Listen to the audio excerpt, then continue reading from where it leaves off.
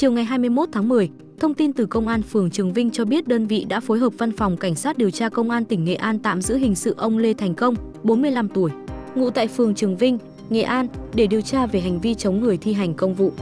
Trước đó vào khoảng 17 giờ 35 phút chiều ngày 20 tháng 10, ông Công chạy ô tô rẽ vào đường Nguyễn Duy Trinh thuộc phường Trường Vinh, Nghệ An.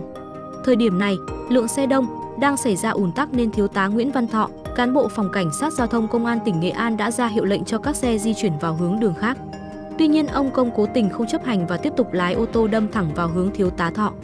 Thiếu tá Thọ đã bám vào nắp capo, tay phải dùng gậy điều khiển giao thông liên tục yêu cầu Công dừng xe. Tuy nhiên, Công vẫn tiếp tục chạy xe khoảng 20 mét, đến khi có người dân dùng xe máy chắn phía trước đầu xe thì Công mới dừng lại. Ngay sau đó Công bị khống chế, yêu cầu về cơ quan công an để làm việc. Tại cơ quan công an, Công khai nhận do mất bình tĩnh nên đã có hành vi trên.